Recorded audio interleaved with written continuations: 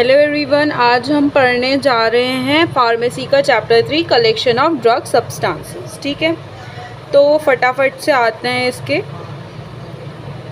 Introduction पे। तो सबसे पहले हैनीमैन, इसका फर्स्ट पैराग्राफ कह रहा है कि हैनीमैन सर ने अपनी जैसे कलेक्शन ऑफ ड्रग, हमें कैसे कैसे ड्रग्स को कलेक्ट करना है, ठीक है, वो उन्होंने डायरेक्टली मेंशन तो नहीं किया, बट उन्होंने इनडायरेक्टली काफ़ी सारे अफोरिज्म्स में हमें बताया है कि हमें एक ड्रग सब्सटेंसेस जो हैं उनको कलेक्ट कैसे करना है। ठीक है, उसके बाद हमको अफोरिज्म 264 और 266 का मेंशन दे रखा है।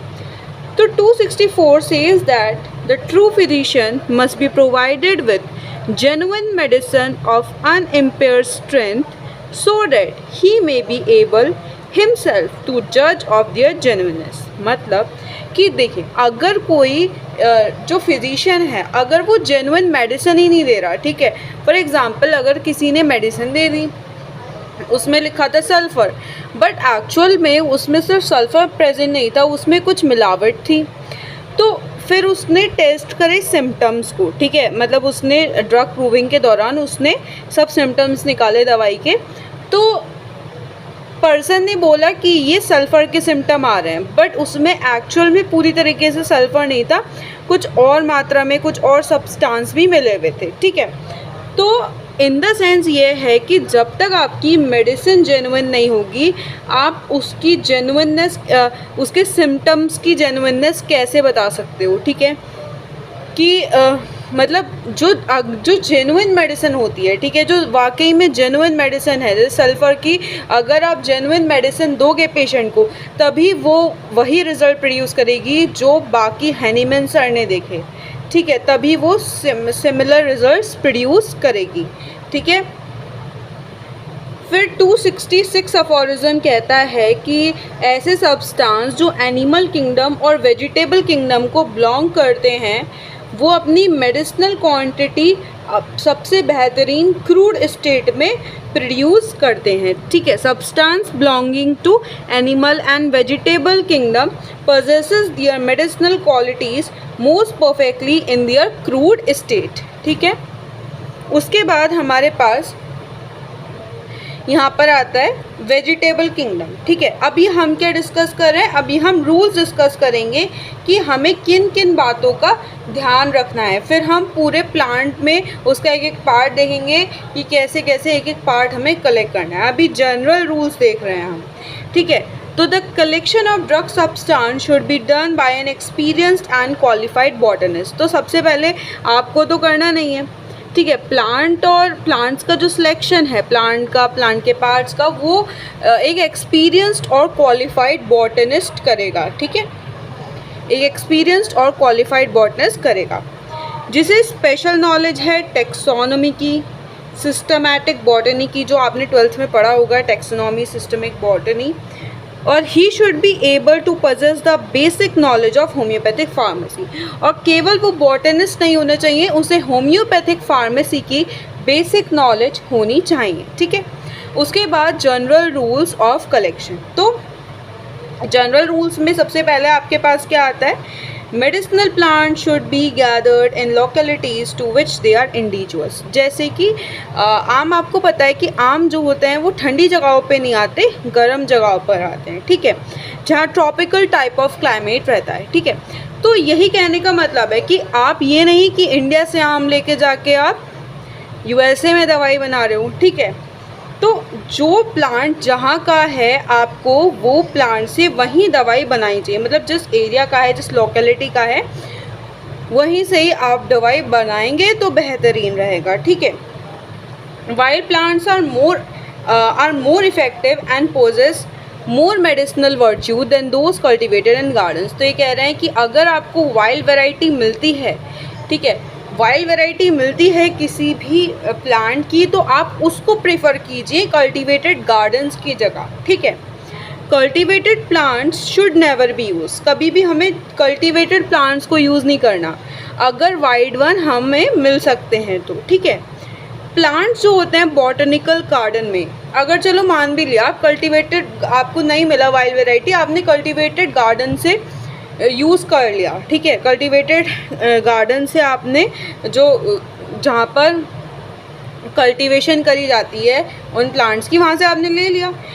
बट आपको बॉटनिकल गार्डन के प्लांट्स को तो बिल्कुल भी नहीं लेना। अगर आपको कल्टीवेटेड प्लांट्स में, बॉटनिकल गार्डन के प्लांट्स में चॉइस आएगी तो आप कल्टीवेटेड प्लांट्स की तरफ जाओगे, वरना तो बेस्ट क्या है, wild variety.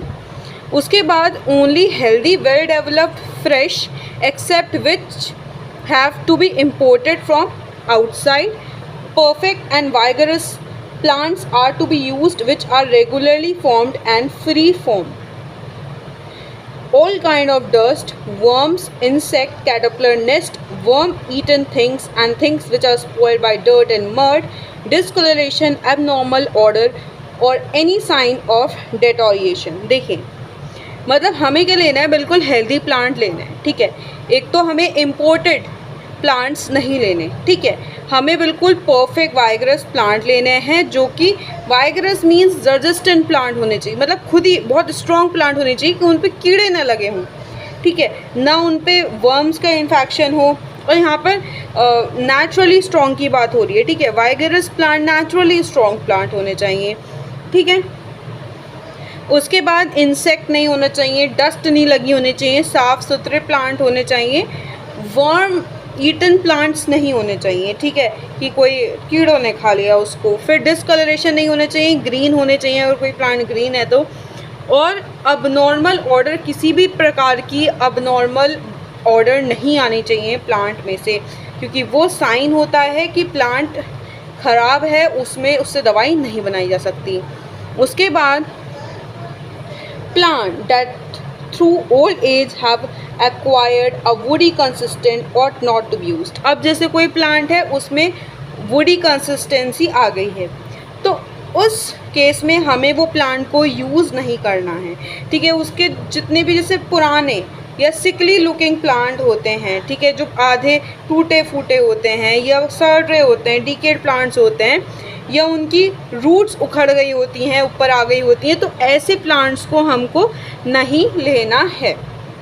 Plants which have the greatest degree of medicinal activity are those found in natural place of growth and are perfect plant. जैसे जहाँ पर जैसे आपको पता है कि जो कोन्स, पाइन्स जो मिलते हैं, ठीक है, पाइन्स वाले जो पौधे मिलते हैं तो वो पहाड़ों में मिलते हैं। तो आपको जो कलेक्ट करना है, आपको ये मेक श्योर करना है कि आप उसे पहाड़ से ही लें। कोई पाइन का ट्री जो यहाँ पर उगाया हो, आर्टिफिशियली उगाया हो प्लेन्स में, ये लेंगे तो फिर सही नहीं रहेगा, ठीक है।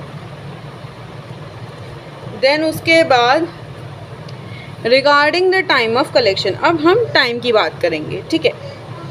तो हमें कब कलेक्ट करना है, एक तो बिल्कुल फाइन सनी वेदर होना चाहिए, बारिश का नहीं, सनी वेदर, ड्राई वेदर होना चाहिए, ठीक है, मतलब वेदर में बिल्कुल नमी नहीं होनी चाहिए।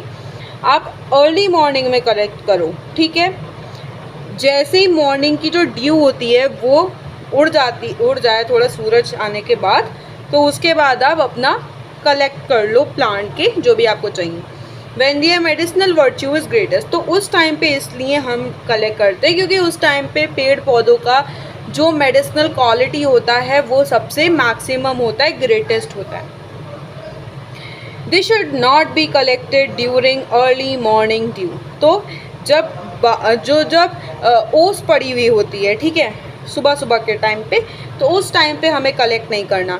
या फिर हैवी रेनफॉल हुई रात को और आपने अगले दिन ही कलेक्ट कर लिया, तो ये गलत है। फिर एक्सेसिव हीट है, अगर दिन में बहुत ज़्यादा ही हीट है तो आपको तभी भी कलेक्ट नहीं करना है, ठीक है। Regarding cleansing of drug material after collection, cleansing should be done carefully so that no part is eroded, कोई पार्ट ख़राब नहीं होना चाहिए। Large amount of water should not be used for washing. देखिए हम क्या करते हैं होम्योपैथिक ड्रग में, ये मतलब हमें ड्रग बनानी होती है, हम मेक श्योर करते हैं कि हम पानी कम से कम यूज़ करें, ठीक है, बहुत ही कम पानी यूज़ किया जाता है। If unavoidable only too little water may be use for washing, मतलब हम ये अपनी तरफ से तो ये ट्राई करते हैं कि पानी का यूज़ ना ही हो, बट अगर फिर भी पानी लग रहा है तो हम मेक श्योर करेंगे कि हम बहुत little water, least possible water use कर रहे हैं, ठीक है, जितने कम से कम वाटर से काम चल सकता है। Then particular rules for collection. अब हम यहाँ पर प्लांट के पार्ट्स देख रहे हैं, ठीक है। इस वीडियो में हम प्लांट के पार्ट्स कवर करेंगे और नेक्स्ट वीडियो में हम एनिमल के पार्ट्स लेके आएंगे, ठीक है। तो सबसे पहले हम बात करेंगे कि हमें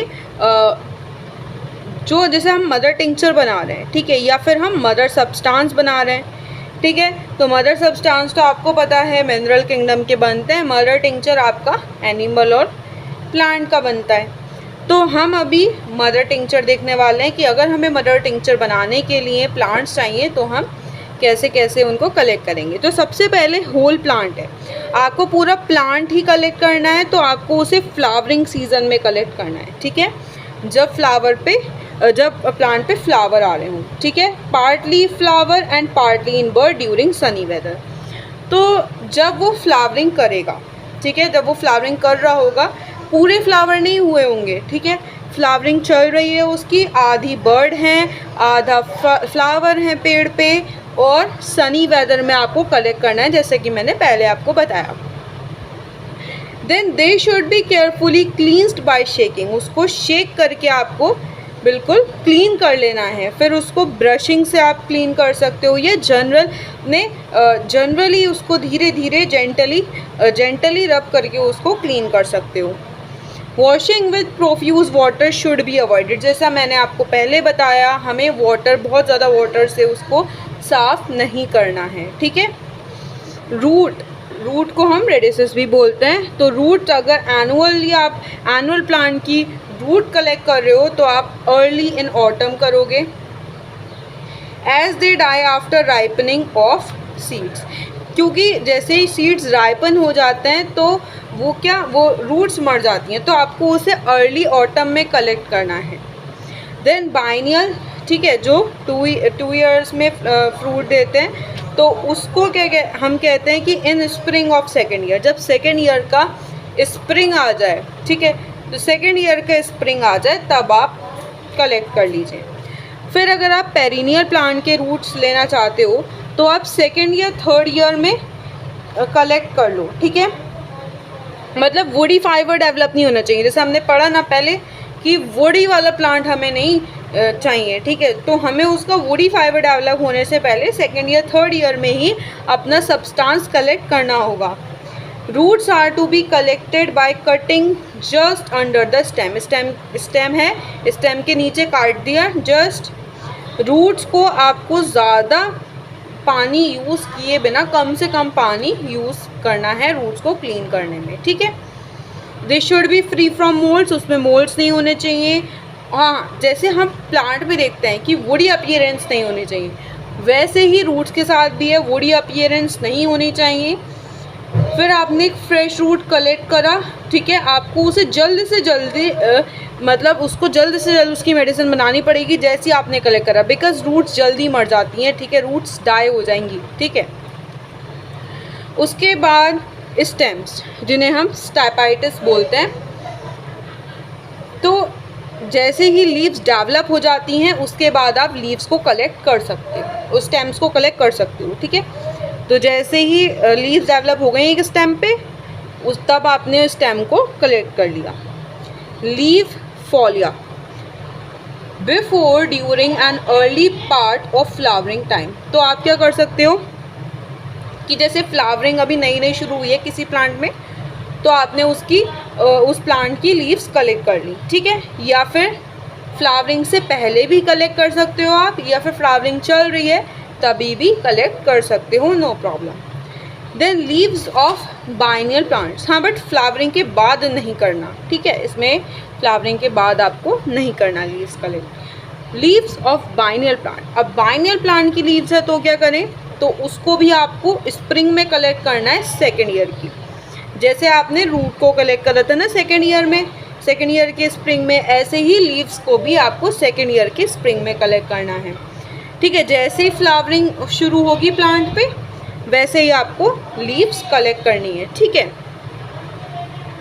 उसके बाद नेक्स्ट है आपके पास यंग शूट्स, ठीक है। तो यंग शूट्स होती हैं वो आप स्प्रिंग में कलेक्ट कर सकते हो, जब when the whole plant is full vigour, जब पूरा प्लांट कैसा है, वाइगर है, तो आप यंग शूट को कलेक्ट कर सकते हो। देन हर्ब्स, जिसे हर्बा बोलते हैं, when they are fully developed should be cut just above root leaves, ठीक है। जैसे ही आपका हर्ब्स जो होता है, ठीक है, आपका हर्ब है कोई, वो फुली डेवलप हुआ, ठीक है, और आपको उसकी रूट से ऊपर लीव्स के आसपास आपको उसको कट कर लेना है, ठीक है। उसके बाद ट्विग्स है, ठीक है। Twigs of present your growth only, ठीक है। जैसे कि कोई प्लांट पे वुडी अपीयरेंस आई, ठीक है, और अभी उस प्लांट पे क्या है, अब उस प्लांट की ट्विग्स गिर गई, अभी 1 साल होने से पहले उसकी ट्विग को आपको कलेक्ट करना है, ठीक है। जो अभी साल चल रहा है, आपको 1 साल पुरानी ट्विग्स नहीं लेनी है, जो अभी जो करंट जो ट्विग्स गिरी हैं वही आपको यूज़ करनी है, ठीक है। फ्लोर्स, ठीक है। फ्लावर आपको कैसे कलेक्ट करना है कि वो पार्टली तो बर्ड स्टेज में हो, पार्टली कली हो, पार्टली ब्लॉसम में हो, ठीक है। आधा खिला हुआ फूल आपको लेना है, ठीक है, वो भी ड्राई वेदर में। फ्रूट, जिसे हम फ्रैक्टस भी बोलते हैं, सीड्स सेमिना और बेरीज बैके, ठीक है। इसको कैसे लेना है, When they fully ripe succulent fruit, जब वो पूरी तरीके से पक जाएंगे, ठीक है। सीड्स या बेरी जो आप यूज़ करेंगे वो बिल्कुल फ्रेश होनी चाहिए, ठीक है। जो आपको जैसे अगर ड्राइड फ्रूट्स यूज़ करना है, ठीक है, ड्राइड फ्रूट्स यूज़ करने हैं, सीड यूज़ करनी है, जैसे नक्स भूमिका बनाने के लिए आपको यूज़ करनी है, या बेरीज़ यूज़ करनी है, तो आपको उन्हें किस में स्टोर करना है, अच्छे से जो ग्लास कंटेनर हो, अच्छे से क्लोज जो ग्लास कंटेनर हो, उसमें आपको ड्राइड फ्रूट सीड्स या ड्राइड बेरीज को स्टोर करना है, ठीक है। देन आपको बल्ब से बनानी है, तो as soon as they mature, जैसे ही मैच्योर होगी बल्ब, तो और जैसे ही उसकी लीव्स ख़त्म होने लगे, बल्ब मैच्योर हो रही है और लीव्स ख़त्म हो रही हैं, ठीक है, तो उस स्टेज पे हमें बल्ब्स को ले लेना है। वुड लिग्ना इन अर्ली स्प्रिंग और लेट इन ऑटम, आप वुड को कब कलेक्ट कर सकते हो कि अभी स्प्रिंग आया है, अर्ली स्प्रिंग है, या फिर ऑटम ख़त्म होने को आया है, ठीक है। आपको वुड्स का जूस ख़त्म होने से पहले आपको वुड्स कलेक्ट करनी है, ठीक है। And also from mature young trees और ट्री लाइक श्रब्स, ठीक है। तो आपको मैच्योर यंग ट्री को लेना है, ठीक है। मैच्योर यंग ट्री मतलब मैच्योर तो हो चुका है बट अभी ज़्यादा बूढ़ा नहीं हुआ है पेड़, और जैसे कि अगर आप श्रब से लेना चाहें तो वो और बेहतर है, ठीक है। उसके बाद बार्क, या जिससे कॉर्टिसेस भी बोलते हैं, तो एक तो रेजनस बार्क होती है, ठीक है। तो रेजनस बार्क को आपको अर्ली स्प्रिंग में कलेक्ट करना है, ठीक है। दैट इज़ एट और about the time of development of leaves and blossom, ठीक है। मतलब जैसे लीव्स डेवलप हो रही हैं, लीव्स तो डेवलप होने लगी बट अभी फ्लावर नहीं हुआ है, तो फ्लावरिंग और लीव्स के डेवलपमेंट के टाइम में जो बीच का स्टेज होता है, ठीक है, उस स्टेज में आपको कलेक्ट करना है, ठीक है, रेजनस बार्क को, और अर्ली स्प्रिंग में कलेक्ट करना है।